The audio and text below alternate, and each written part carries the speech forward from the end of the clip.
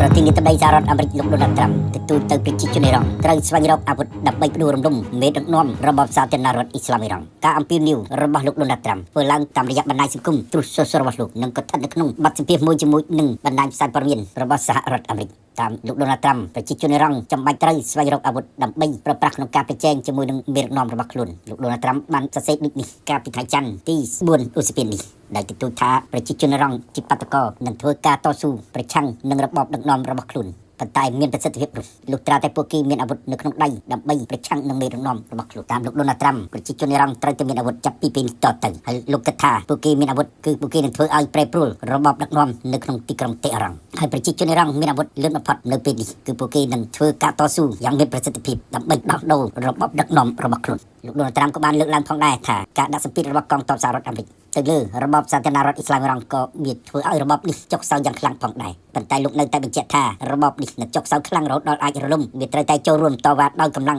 របស់ប្រជាជនអ៊ីរ៉ង់ដែលលោកថាចាំបាច់ត្រូវមានអាវុធប្រើប្រាស់ដើម្បីតស៊ូជាមួយនឹងរបបដ៏ឃោរឃៅរបស់ខ្លួននេះទស្សនៈរបស់លោកដូណាល់ត្រាំជាថ្មីម្ដងទៀតនេះចាំពេលដែរលោកមើលឃើញអំពីរបបសាធារណរដ្ឋអ៊ីស្លាមអ៊ីរ៉ង់គឺថ្នាក់ដឹកនាំរបស់របបនេះកំពុងតែធ្លាក់នៅក្នុងការបែកបាក់គ្នាមានការបែងចែកថ្នាក់ដឹកនាំប្រកាន់ខ្សែតឹងនិងថ្នាក់ដឹកនាំប្រកាន់ខ្សែមធ្យមប៉ុន្តែដើម្បីរុញឲ្យរបបនេះងាយរលំវាត្រូវតែមានការចូលរួមរបស់ប្រជាជនអ៊ីរ៉ង់សូមរំលឹកថានាយករដ្ឋមន្ត្រីនៃប្រទេសអ៊ីស្រាអែលប៊ិនយ៉ាមីន នេតានយ៉ាហ៊ូក៏តែងតែអំពាវនាវឲ្យប្រជាជនអ៊ីរ៉ង់ដែលស្អប់ខ្ពើមរបបសាធារណរដ្ឋអ៊ីស្លាមអ៊ីរ៉ង់ងើបឡើងជាថ្មីម្ដងទៀតដើម្បីធ្វើមហាបដកម្មកុបកម្មផ្ដួលរំលំរបបនៅទីក្រុងតេហរ៉ង់បច្ចុប្បន្ននេះនាយករដ្ឋមន្ត្រីប៊ិនយ៉ាមីន នេតានយ៉ាហ៊ូទទូចថាវាមានតែឱកាសពីរនាទីដែលប្រជាជនអ៊ីរ៉ង់ត្រូវងើបឡើងជាថ្មីម្ដងទៀតអត់មានឱកាសច្រើនទៀតនោះទេលោកនាយករដ្ឋមន្ត្រីប៊ិនយ៉ាមីន នេតានយ៉ាហ៊ូតែងតែដាក់ផែនការដើម្បីផ្ដួលរំលំរបបសាធារណរដ្ឋអ៊ីស្លាមអ៊ីរ៉ង់តាមរូបភាពនៃការវាយប្រារួមដៃគ្នាជាមួយនឹងកងទ័ពសហរដ្ឋអាមេរិកកាលពីសង្គ្រាមទ័ពអាកាសរយៈពេល40ថ្ងៃនោះឥឡូវនេះនាយករដ្ឋមន្ត្រីអ៊ីស្រាអែលរូបនេះនៅតែមើលឃើញអំពីឱកាសមកដល់សម្រាប់ប្រជាជនអ៊ីរ៉ង់ត្រូវងើបឡើងផ្ដួលរំលំរបបរបស់ខ្លួននាយករដ្ឋមន្ត្រីអ៊ីស្រាអែលរូបនេះឲ្យដឹងថា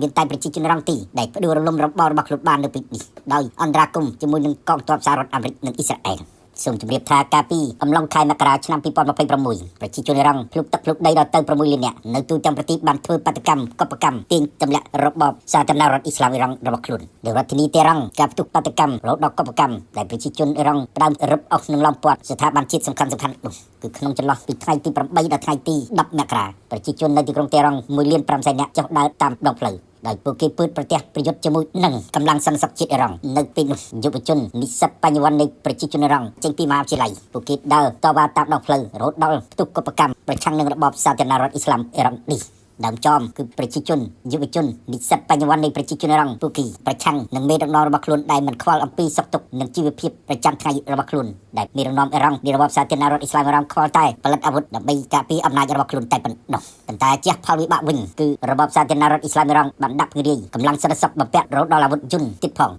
បើការវាប្រាបាញ់សរុចទៅលើបាតុករជាពិសេសគឺនៅកណ្ដាលរដ្ឋធានីតេហរ៉ង់ពេលនោះគឺស្លាប់បាតុកររាប់ពាន់នាក់នៅក្នុងធ្លុកឈាមរបស់ពួកគេដោយអាវុធកំភ្លើងយន្តពីកងសន្តិសុខអ៊ីរ៉ង់ពីកងឆ្មាំបដិវត្តអ៊ីស្លាមអ៊ីរ៉ង់របាយការណ៍របស់អង្គការសិទ្ធិមនុស្សក្នុងស្រុកឲ្យដឹងថាការផ្ទុះកុបកម្មនៅខែមករាដែលប្រជាជនអ៊ីរ៉ង់ងើបឡើងភ្លុកទឹកភ្លុកដីនោះគេរកឃើញបាតុករស្លាប់រហូតដល់ទៅ42000នាក់រងរបួសដល់ទៅ330,000នាក់និងចាប់ខ្លួន100000នាក់ឥឡូវនេះបាតុករដែលត្រូវឃុំខ្លួនហើយចោទពីបទដឹកនាំធ្វើបដិវត្តប្រឆាំងនឹងរបបរបស់ខ្លួនឯងនេះពួកគេសិតតែប្រឈមមុខនឹងកាត់ទោសដោយប្រហារជីវិតទៀតផងមកដល់ពីនេះសញ្ញានៃការផ្ទុះបាតុកម្មឡើងវិញកំពុងស្ថិតនៅក្នុងស្ថានភាពងងឹតនៅឡើយនោះទីអ្វីដែលអ្នកជំនាញមើលឃើញនោះគឺប្រជាជនរងស្ថិតនៅក្នុងស្ថានភាពបាក់ស្បាតដោយសារតែកម្លាំងសមត្ថកិច្ចកម្លាំងប៉ូលីសកម្លាំងសន្តិសុខជាតិប្រើកំភ្លើងយន្តបាញ់កំទេចសម្រាប់ពួកគេស្រស់នឹងភ្នែកលោកដូណាល់ត្រាំបានថ្លែងថាសហរដ្ឋអាមេរិកធ្លាប់ផ្ដល់ជំនួយអាវុធទៅឲ្យកម្លាំងបំបែកខ្លួននៃក្រុមប្រឆាំងរបបសាធារណរដ្ឋអ៊ីស្លាមអ៊ីរ៉ង់គឺកម្លាំងជនជាតិភាគតិចគឺឌីស្តានរួចទៅហើយតែកម្លាំងនេះនៅមិនទាន់ពង្រឹងប្រការប្រយុទ្ធរបស់ខ្លួនបាននោះទេលោកដូណាល់ត្រាំបានឲ្យដឹងថាលោកចង់បើកការវាយប្រាទៅលើរបបសាធារណរដ្ឋអ៊ីស្លាមអ៊ីរ៉ង់ជាថ្មីម្ដងទៀតដោយលោកច្រានចោទដែរថាសហរដ្ឋអាមេរិកនឹងមិនប្រើប្រាស់កម្លាំងទ័ពវាយប្រាអ៊ីរ៉ង់ជាថ្មីម្ដងទៀតនោះលោកដូណាល់ត្រាំបានថ្លែងថាជំរឿននៃការវាយប្រាអ៊ីរ៉ង់ជាថ្មីម្ដងទៀតដោយកម្លាំងយោធានិងសព្វវុធសហរដ្ឋអាមេរិកកំពុងដាក់នៅលើតុរបស់លោករួចទៅហើយលោកដូណាល់ត្រាំបានថ្លែងដូចនេះនៅក្នុងការធ្វើបទសម្ភាសន៍មួយជាមួយនឹងបណ្ដាញផ្សាយព័ត៌មាន ABC News ហើយត្រូវបានផ្សព្វផ្សាយដោយសារព័ត៌មានដដែលនេះនៅថ្ងៃទី35ឧសភានេះឥឡូវនេះបើតាមលោកដូណាល់ត្រាំសហរដ្ឋអាមេរិកកំពុងតែបើកប្រតិបត្តិការលើគម្រោង Project Freedom ដើម្បីរំដោះច្រកសមុទ្រហូមចេញពីកងទ័ពនៃកងឆ្មាំបដិវត្តអ៊ីស្លាមអ៊ីរ៉ង់លោកដូណាល់ត្រាំបានបញ្ជាក់ថាប្រតិបត្តិការពិសេសរបស់កងនាវាចម្បាំងសហរដ្ឋអាមេរិកនៅពេលនេះកំពុងតែឡោមព័ទ្ធច្រកសមុទ្រហូមហើយកំពុងតែជួយរំដោះកប៉ាល់ទាំងឡាយណាដែលជាប់គាំងនៅកំពង់ផែអ៊ីរ៉ង់ឲ្យកប៉ាល់នោះបានចាក់ចេញពីច្រកសមុទ្រហូម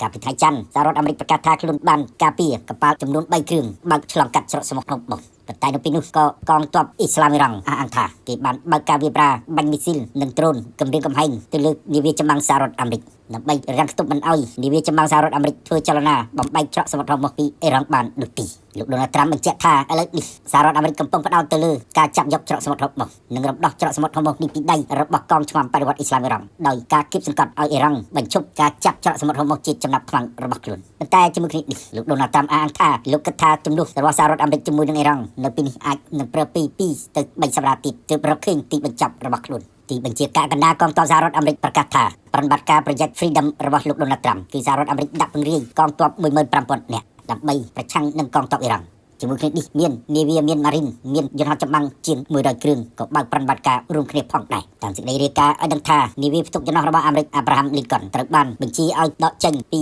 សមុទ្រអូម៉ង់ទៅដាក់ពង្រាយនៅតំបន់សមុទ្រអារ៉ាប់វិញហើយទៅពីនេះអ្នកជំនាញមើលឃើញថានៅពេលដែលនាវាផ្ទុកយន្តហោះរបស់អាមេរិកដកឆ្ងាយចេញពីតំបន់ឆ្នេរសមុទ្រនៃជុំសមុទ្រពាក់ស្ថិតនៅចម្ងាយឆ្ងាយរាប់ពាន់គីឡូម៉ែត្រនោះប្រហែលជាសហរដ្ឋអាមេរិកអាចនឹងប្រើប្រាស់កម្លាំងវាយប្រហារជាថ្មីម្ដងទៀតទៅលើរបបសាធារណរដ្ឋអ៊ីស្លាមអ៊ីរ៉ង់ជាមួយគ្នានេះរដ្ឋមន្ត្រីសង្គ្រាមសហរដ្ឋអាមេរិកលោក Pete Hegseth បានបញ្ជាក់ថាសហរដ្ឋអាមេរិកមិនស្វែងរកជំនួសជាមួយនឹងអ៊ីរ៉ង់នោះទេប៉ុន្តែសហរដ្ឋអាមេរិកកំពុងតែការពារភាពស្របច្បាប់របស់ការធ្វើនាវាចរទាំងឡាយណាឆ្លងកាត់ច្រកសមុទ្ររបស់លោក Pete Hegseth បញ្ជាក់ថាមិនប្រយុទ្ធជាមួយនឹងអ៊ីរ៉ង់នោះទេប៉ុន្តែអ្វីៗវាអាស្រ័យទៅលើអ៊ីរ៉ង់ផងដែរលោក Pete Hegseth បញ្ជាក់ថាប្រតិបត្តិការ Project Freedom គឺសំដៅការស្ដារឡើងវិញលំហូរពាណិជ្ជកម្មឆ្លងកាត់ច្រកសមុទ្ររបស់និងការពារកប៉ាល់ពាណិជ្ជកម្មទាំងនោះពីការឈ្លានពាននិងចាប់ចម្រិតជាចំណាប់ខ្លាំងដោយកងឆ្មាំបដិវត្តអ៊ីស្លាមអ៊ីរ៉ង់តាមលោក Pete Hegseth កម្លាំងទ័ពសហរដ្ឋអាមេរិកមិនចាំបាច់ចូលទៅដែនទឹកអ៊ីរ៉ង់នោះទេមិនចូលលំហអាកាសអ៊ីរ៉ង់នោះទេប៉ុន្តែបើករណីចាំបាច់វាត្រូវតែប្រតិបត្តិការយោធាជាថ្មីម្ដងទៀតទាំងរដ្ឋមន្ត្រីសង្គ្រាម Pete Hegseth ទាំងប្រធានាធិបតី Donald Trump ប្រកាសថាប្រសិនបើនាវាចម្បាំងសហរដ្ឋអាមេរិកឬក៏នាវា